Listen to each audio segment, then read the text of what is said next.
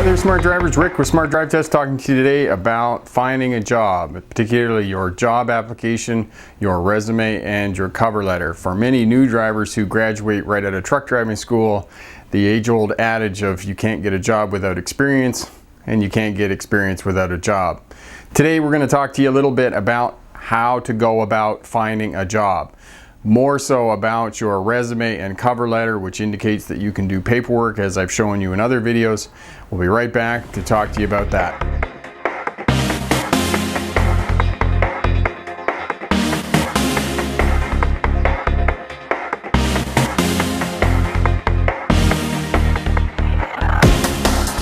Hi there, Smart Drivers. Rick with Smart Drive Test talking to you today about your resume and cover letter and some of the things that you need to do in order to find a job.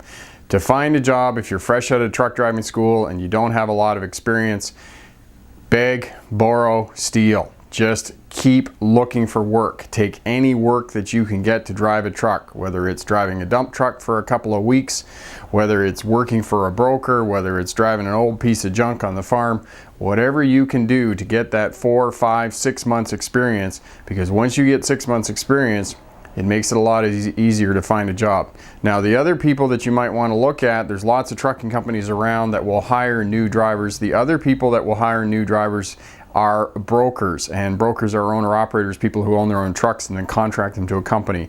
Those are other people that will hire new drivers as well. So have a look at them and try to find the brokers and people who own trucks, 1 or 2 trucks. Sometimes they'll give you a break as well, especially if you show them that you're motivated, you're willing to learn, and you're willing to ask lots of questions. First thing, the resume. As you can see here, this is a sample resume that I have about finding a job. Resumes have changed a little bit, and really when you submit your resume, particularly if it's a job that is advertised, you really don't want to end up in the slush pile, because if you end up in that stack of resumes that somebody has been tasked with the job of going through, you're really not going to get a chance of impressing the people who are looking at resumes, because they're really only going to spend 20 or 30 seconds looking at resumes and then they're going to move on to the next one. So you really want to have it 1 page. You don't want to have it more than 1 page, because anybody looking at resumes is not going to look at more than 1 page.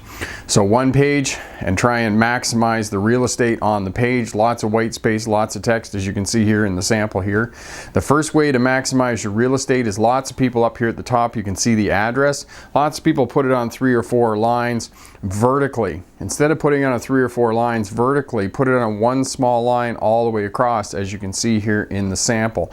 That will save you a lot of real estate. Now, just for formatting and the way that it looks nice on my resume here is I put a horizontal line through there.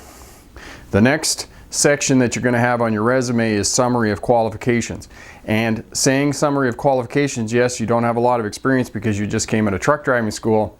You still have other experience in life. Even if you're 19 or 20 years old and you're still looking for a job, you worked at McDonald's, you delivered newspapers, you cut the neighbor's grass. All of those are transferable skills. If you got some sort of hobby that you do, you build model airplanes, all of that has some sort of skill in it that is a transferable skill that you can put here in summary of qualifications. Because the driving the truck part, they can teach you that part. But time management, customer service, route planning, they can't teach you that stuff. But if you got some other skills, you were the assistant manager at McDonald's, well, you got some time management skills there and some ability to plan and do project management. And all of that is relevant to truck drivers. So think about your transferable skills. There are lots of employment agencies in and around the communities and where you live. Go to those employment agencies, talk to the employment counselors, and get them to help you with your transferable skills that you can put in. Because as I said, driving the actual truck is only 1 small part of the bigger part of actually getting a job as a truck driver. The other thing about the resume is down here on the left side, you can see that that is your power strip. That is where the eye is going to go first, because we read left to right. So leave that for your power strip. Your dates are not very important, so put them over on the right. That way, if who's ever looking at your resume are interested when the dates are, they can look at them, but that's not really the important information. So after your summary of qualifications, the next section on your resume is going to be your work history. Don't put a lot of detail in terms of your work history. As you can see here on my resume, it's just a job title, and the name of the company of whom I worked for, and you can see the dates over on the right side.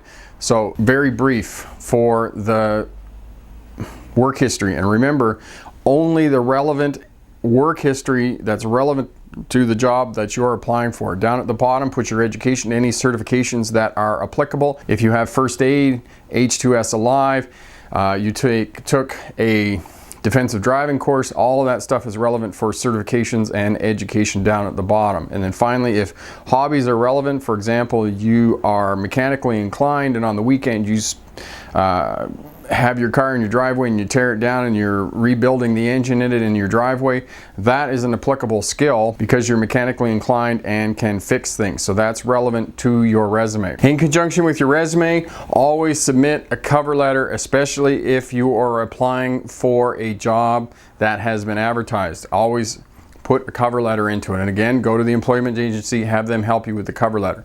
The cover letter, as you can see here on the example of mine, is that the address at the top matches the resume. So use that as your header, use it as your address.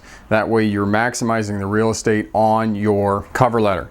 At the top as well, put the date, the name of the person, and the job title.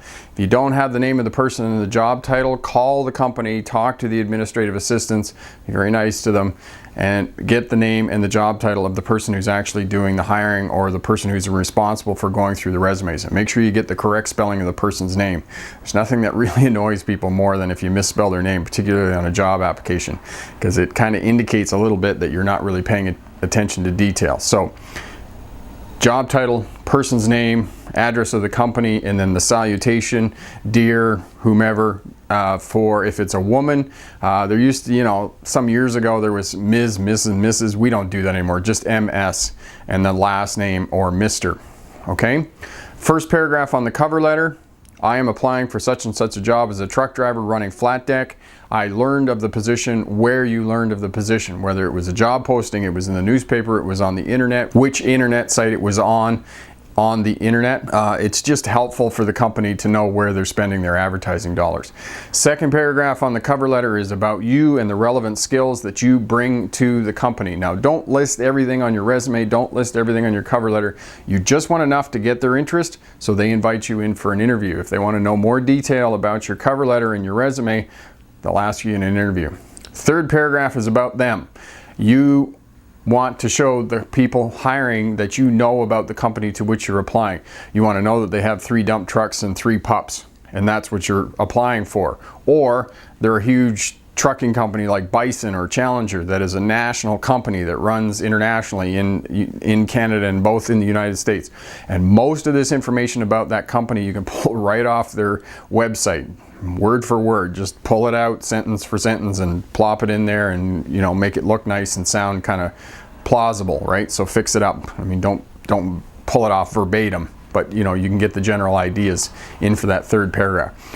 The last paragraph, so there's 4 paragraphs on your cover letter. The last paragraph on the cover letter is thanking him or her for their time and energy in looking at your application and considering you for a position with their company, and being very specific about how they can contact you for an interview for further information. I can be contacted at the above address, the address that you have on the top of your cover letter, at the phone number that you've provided, or the email address. Now, on that note, if they can contact you in this day and age, technology has changed us a little bit. We all have cell phones. Even I have a cell phone. Make sure you keep your cell phone on if they're going to call you and you're expecting them to call you for a job interview, because if you don't pick up the phone, you don't talk to them right away, they're just going to move on to the next person on your list. So make sure you keep your cell phone on. Finally, at the end, sincerely yours, your salutation, and then enclosures. If you have your resume, it's going to be 1 enclosure. If you have your resume and 2 or 3 certificates, it'll be all of those, whatever that total is for the number of enclosures, and make sure you sign it or send it off electronically. Now, sending them off electronically, make sure you convert them into PDFs. Okay, that way they're not going to change on you as a Word document and these other types of things. If you send them off to other computers, sometimes the formatting gets weird and whatnot. So always send them off as a PDF. One other note that I want to make, if you list references, make sure you call your references and tell them that you applied for a company and that the company may be calling them. The other thing about your references, make sure you send them a copy of your resume so that they can see and look what your skills are, because the people who are your references may not really know you that well, but they've offered to be a reference for you. So send them a copy of your cover letter and resume, and tell them that they might get a call. That way they're not like, who? John? Oh, I know John. So make sure you give them a heads up. In conclusion, application for a job as a truck driver. Unfortunately, you're up against the old adage, if you don't have experience, you can't get a job. And you can't get a job if you don't have experience, especially if you're fresh out of truck driving school. There are lots of companies around who will hire new drivers and train them, and there are some very good mentoring programs for some of the bigger companies. BUS and Schneider National out of the United States, these companies have big mentoring programs and hire new drivers. Brokers, other companies, just be tenacious. Bang on as many doors as you can, submit as many applications as you can, as many resumes and whatnot. So, resume, quickly. Maximize the real estate space on your resume. One line for the address, dates on the right of the page. The left side of the page is your power column. The first section is summary of qualifications. Don't negate your transferable skills.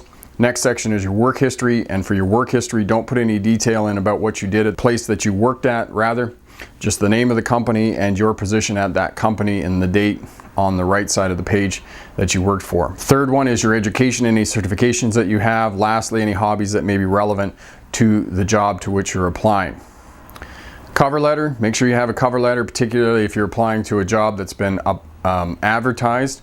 The top of the cover letter will match the top of your resume. First paragraph on the cover letter, the job you're applying for, where you found where you learned about the job. Second paragraph is about you. Third paragraph is about the company, and you can learn most of that off their website. Last paragraph is thanking them for their time and energy in considering you for a position with their company, and how they can contact you. Email, phone number, address. Keep your cell phone on so they can get a hold of you, because unfortunately if you don't pick up the phone when they call you, they're going to move on to the next person.